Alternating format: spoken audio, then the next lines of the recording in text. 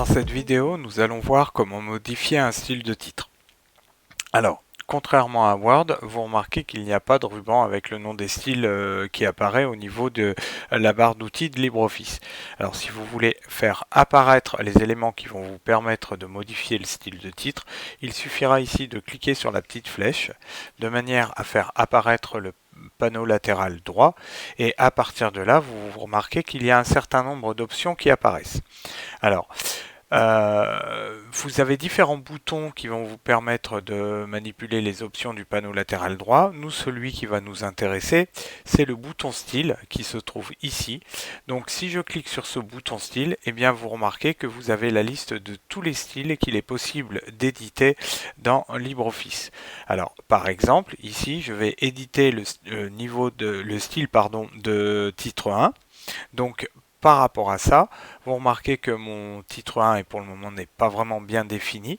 Donc je vais faire un clic droit sur ce titre 1 et je vais cliquer sur l'item modifier. À partir de là, une boîte de dialogue apparaît et cette boîte de dialogue va nous permettre de modifier les éléments du style de titre. Alors, on va commencer par la première partie, la partie gestionnaire. On ne va pas y toucher dans la mesure où ça nous donne le nom du style que l'on veut modifier, de quoi il est hérité et surtout par quoi il va être suivi. Si on prend la partie retrait et espacement. Alors, dans cette partie-là, on va pouvoir modifier les éléments qui vont nous permettre de jouer sur l'espacement entre les paragraphes, c'est-à-dire entre les différentes lignes de votre document.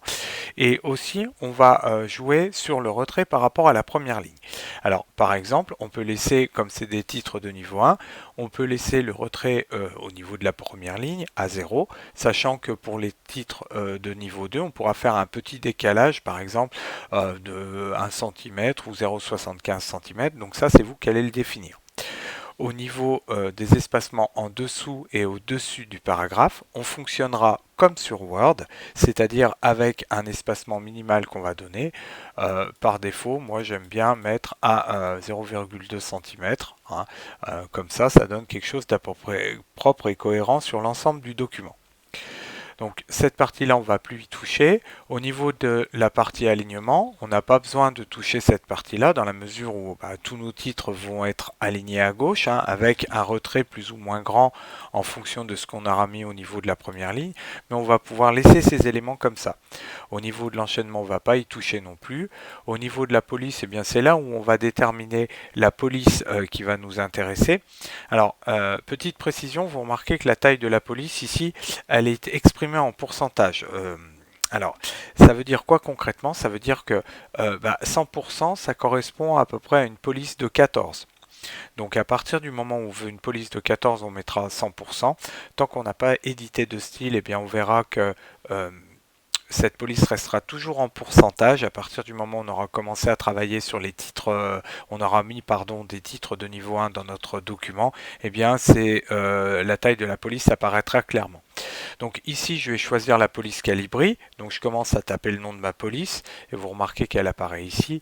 Je vais prendre du Calibri, je vais laisser du gras et je vais me mettre uniquement à 100%. Je ne vais pas prendre 130% pour faire quelque chose de trop gros. J'estime que si mes titres sont en police 14, eh bien c'est déjà pas mal.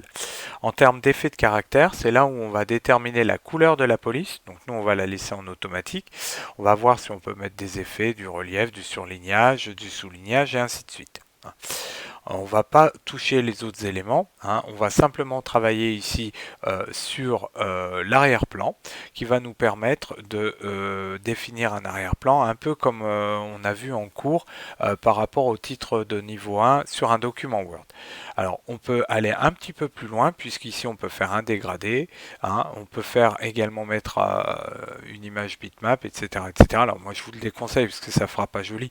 Prenez soit une couleur soit un dégradé, ça suffit amplement.